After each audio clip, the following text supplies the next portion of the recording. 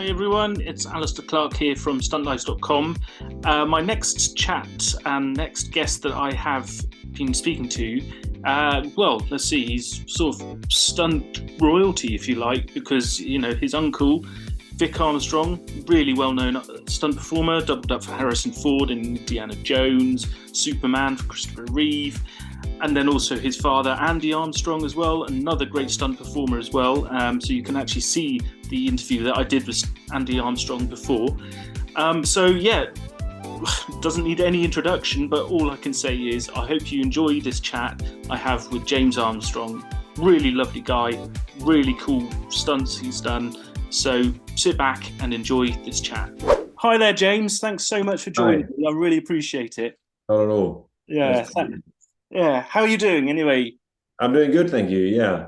Here in Good. Austin, Texas, currently. Oh, okay. Yeah. Excellent. Yeah. Prepping for a future film or something you can't talk about? Potentially, as silly and Hollywood as it sounds, I can't really say much about it. I signed an NDA, but then the strike hit, and that postponed everything, obviously. So now we're sort of 2 down, 1 to go in terms of the unions and coming to fair negotiations. Everyone's done amazing on the picket lines, and now it's down to SAG. So fingers crossed that all gets dealt with fairly, and we get back to work. Exactly. Because the writing strike's now over. So Yeah. Good. Right. So I just wanted to talk to you really about, your inspiration, about, getting into stunts, what got you into stunts, that sort of thing, really. So let's start. So what made you get into stunts in the first place? So I was born into a family of people that worked in the industry in the 80s in London, or England, I should say, in the countryside. My father, Andy Armstrong, who at the time was actually an assistant director, and his older brother, my uncle Vic, was stunt performing, stunt coordinating, all through my childhood. So my parents were divorced, so I grew up a lot of the time on weekends or out of school, just on my father's hip and wherever that generally was on a film set. So all sorts of films. So it was basically more of an eye through watching them do it coming up, and then I would do background work and things as a child. I think my first film, I was probably 5 or so. It was a John Borman movie called Hope and Glory. A really great movie. It follows a little boy and a group of his friends in the Second World War. But I got to be a boy in a bomb shelter, and so then I understood there was sort of money to be made. And then my dad on the same film, there was an opportunity for us to rent our rabbits out to the prop department. So I was kind of enamored with the whole business. And then, as I said, my uncle was doing stunts. But then when my father moved to wanting to direct more, as his career moved on, he was first ADing and things. He started directing some second units. He actually took an opportunity to go to America and do more performing with his brother, my uncle, and sort of kind of his mixed path through stunts, and exposed it to me even more. So then before I knew it, around 16, 17, I was helping get involved, moving stunt pads around and doing those sort of things until you eventually can perform, or old enough or have enough responsibility to be put in the corner somewhere doing the least the least consequential stunt ever. Okay. So it just kind of like that, a long path really, until once I was 17, 18. But my path was in America, which is a totally different path to England in terms of, I think my dad wanted me to be a racing driver, and I'm pretty confident. So growing up, it was all about driving and vehicles and things. So at least I was proficient in that craft, so to speak. But it wasn't until I got to the States that stunts was more in my sights, because to be honest, there's less steps to go through, less stipulations in the States than there are in England. So that opportunity was available to me. I think if we'd have stayed in England, I may have not gone down that path. Yeah. So long-winded answer, but Yeah. Okay. Yeah. Because I was going to say in England, been chatting to some stunt performers from England, and they do say about the disciplines that they have to complete in order to go onto that stunt register, etc. exactly. And I think that's it's good and bad. There's been a lot of people kept out of it because of that, but I think ultimately it's a great thing to have a balance line, a zero in terms of where people should come out of. Because in a way, not to criticize, but it's almost too easy in the States to say you're this or that, and people get hurt. People tragically lose their lives saying they can do things that they probably shouldn't be doing. And that's also, as we get into stunt coordinating, that's your role to sort of filter out some of that and make sure you've got the most ideal experienced person in that role, you know. Definitely. Okay, so do you remember the first ever stunt that you performed on camera? For what film or TV? That's a good question. I think I do. I think the first stunt I ever performed was for a movie called Galaxy Quest. My father was stunt coordinating, and it was relatively straightforward. We were in a hall, an auditorium, as a spaceship crashed in, and we were literally just propelling ourselves through. It was like a fake signing, so we were just propelling ourselves through, I don't know, tables and clothing stands and shelving and things. It was pretty basic, but I loved every minute of it, and revered in every bruise and cut I got that day.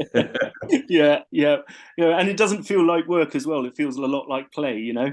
Yeah, not at all. Although I would say that for a young stuntman, especially second generation, a lot of insecurity, just desperate to prove yourself, show that you can, do things. And yeah, I'm sure it's very aggravating to the generation above those youngsters coming up each time to settle down, wait for your spot, stay here. Yeah, okay. And you alluded to the fact about injuries as well. So obviously it goes with the territory about the injuries that you could possibly obtain, which you don't want to. Yeah. Most are superficial. I would say there are failures. Some of it goes hand in hand with it. I mean, bread and butter, if you're performing stunts each year, you're going to have, 70% of the stuff you do, you're going to get bruised, scraped. That's nothing. That just goes with the territory. But maybe a couple times a year, you get banged up and sprain something or fracture something, or, and it depends more on what you're doing, because everyone has such different paths in stunts. Some people are, incredible acrobat or gymnasts or falling from things. Some people spend their time behind a wheel of a car. So, and that's their specialty. They don't do that. So a lot of those bangs and bruises come from, ND roles, playing bad guys, running in, getting shot, or, getting all the henchmen that are getting thrown, and all these impressive jujitsu moves as they're thrown over railings. Those are the guys that are getting. Yes. Okay. So do you actually have a favorite stunt that you've performed yourself? Yeah, I had things, it's funny, I'm more proud of things I coordinate now, to be honest, but definitely, I mean, I'm proud to perform my cannon. That was something my father and my uncle came up with the gag. It was basically an endo. So if you imagine a vehicle driving this way and we wanted it to get exploded and somersault and land on its roof.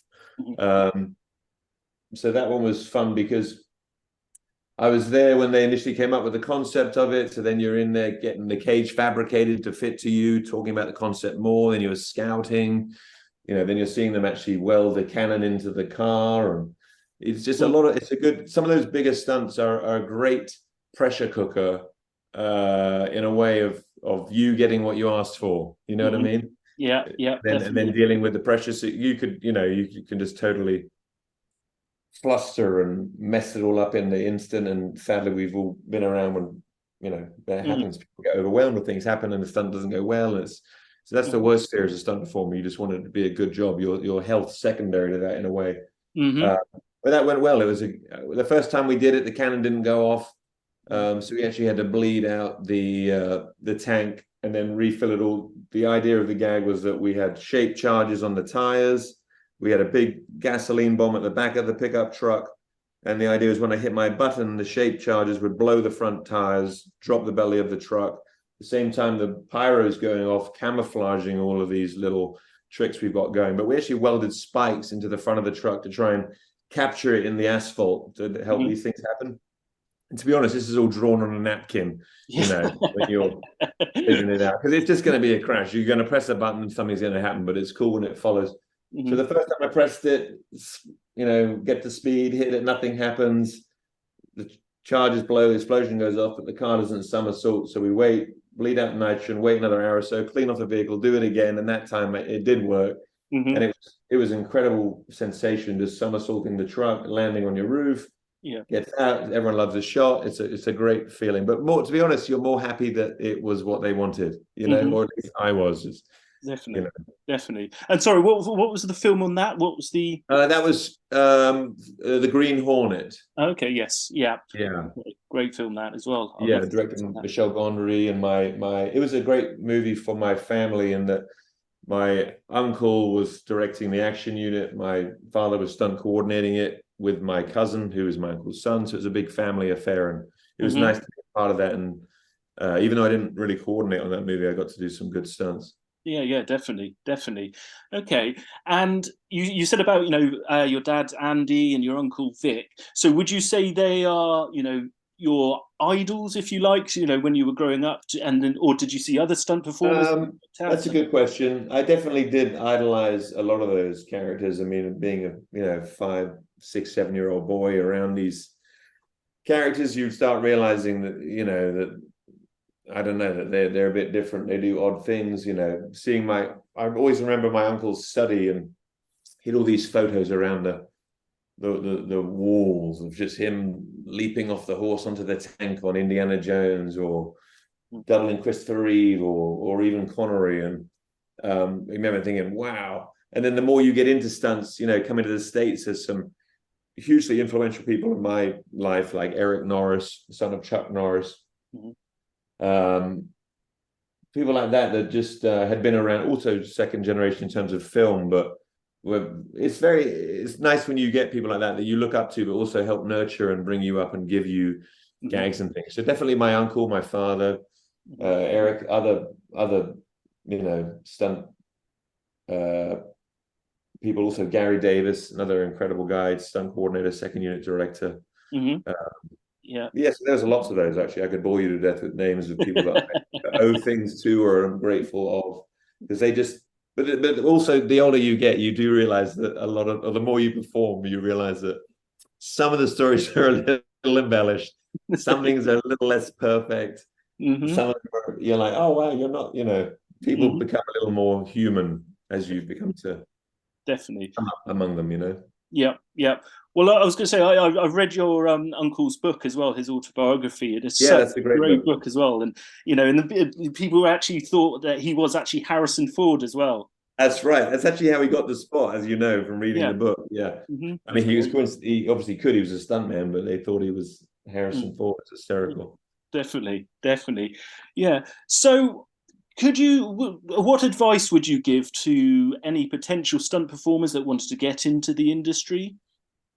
I would say, I mean, now it's better in that there's Google and all sorts of forums and clubs, but you ultimately need to put effort into putting yourself in the space around people that are doing the same thing you want to do.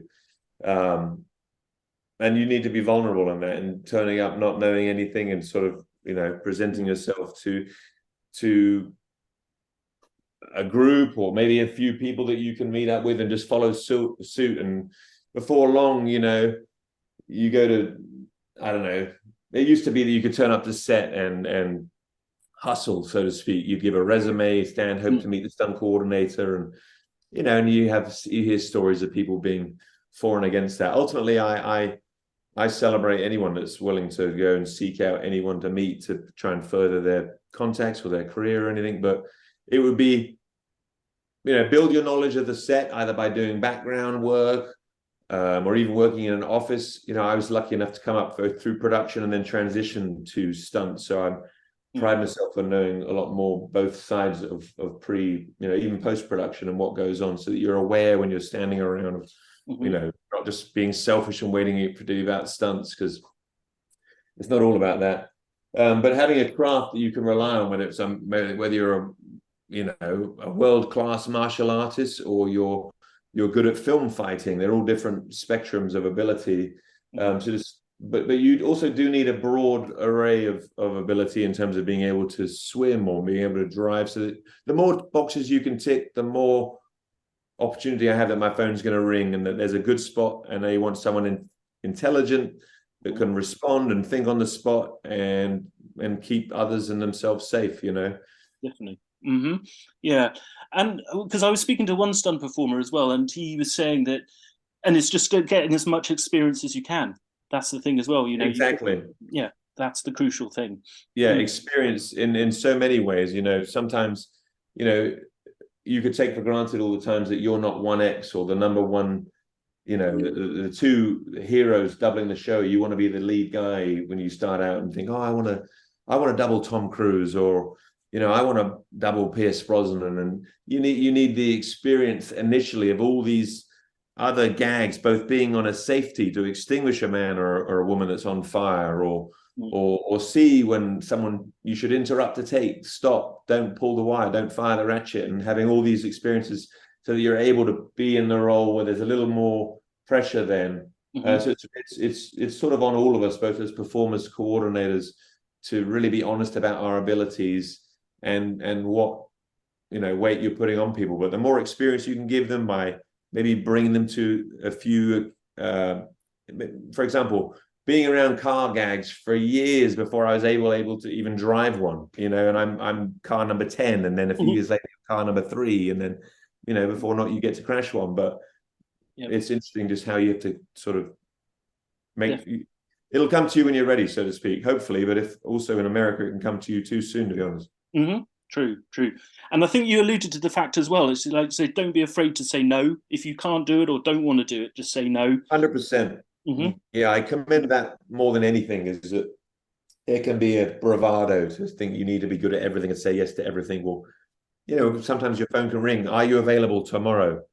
Alistair, we need you tomorrow at noon. And you, okay, well, first of all, yes, I would like the work, but what do you need from me? Because I want to make sure you look good. I want to make sure I look good. I want to make sure no one gets hurt. And I want to be, ultimately, you think that by me selecting you, I already know what you can do and you're there for a reason anyway. But still, you know, it's important to know what you're getting yourself into and that you're the right person for the job. Definitely. Yep. Yeah, no, that's a very good point, actually. Very good point. Yeah. Okay. And now you're going more into coordinating than stunt performing. How do you find that transition? I love trying to, you know, get something that's impressive on film, or, you know, caught on camera, so to speak, that's repeatable, but ultimately it's safe. I mean, I guess one thing that was burnt in me a lot coming up was just the amount of injuries I witnessed from people, and there's just no need for it now as we go into technology and embrace things. You know, you should think outside the box. To just because a performer is almost not disposable, but the performer you're least worried about getting bruised and banged up to make your day. At times, you don't even need to bruise or bang up that person. We could put a pad down or paint neoprene, thin rubber insulate foam, or put them on a cable, but just thinking more about longevity and the well-being of your performers when you're coming up with things. Because some people have coordinated and never ridden a wire or been hit by a car or been lit on fire, and that it changes the way you plan things. You know what I mean? No, definitely. Yeah, no, that's great advice, actually. Great advice. Yeah. Okay. So, if people wanted to know more about yourself, you know, what you have done and what you are planning to do, etc., where can people find more information about you? I guess you can find me on in terms of my resume or career on IMDb and places like that, or on social media. I'm on Instagram. I'm just James Armstrong Stunts. But yeah, I'm always trying to respond to anyone that's interested in stunts or have any sort of yeah. It's always nice if I'm on set somewhere and I'll meet parents, and they'll have a little girl or little boy that's maybe 8 or 9 years old, and they think they want to be a stunt performer, and it's great to sort of see those people, give them some tips, and then hear later on that they're still on that path, and, you know, they're probably going to be incredible performers. There's so much information available out there. Exactly. Good time to be I think this is a great time to get into it in a way, because as I know, we're on a cutting edge of technology and evolving and all these things, AI and everything. It's also a great time because there's so many channels and so many networks and things. So I feel like there's enough for everyone. Definitely. Okay, great. I like that. I like that. Brilliant. Well, thank you so much for the chat, James. I really do appreciate it. Thank you so much. Not at all. Yeah, Thank you. please. Thank you, Alice. I appreciate your time, and I'm here if you need anything else. Yeah, appreciate that. Okay, look after yourself, okay? All right, take care. Bye. Bye. So, as you could see, James Armstrong, what a lovely guy, really nice bloke as well. And his stunts speak for themselves, really. So Mission Impossible 3, I Am Legend. Then he also did the Mummy film with Tom Cruise, and now doing TV series like Agents of S.H.I.E.L.D., Fear the Walking Dead as well. So there's so many stuff that he's actually done. So I implore you to check out his work, check out his website as well, and you'll just be blown away. So if you like what you see, feel free to contact me through social media at stuntlives.com, and then also my website www.stuntlives.com as well. If there's any stunts or stunt performers that you like, then feel free to reach out to me, and I can see about interviewing them and chatting to them and talking to them more about their stunts and their inspiration, that sort of thing. So yeah, feel free to contact me at any time. Anyway, that's enough from me, and I will catch up with you soon. Take care, and I'll speak to you soon. Bye for now.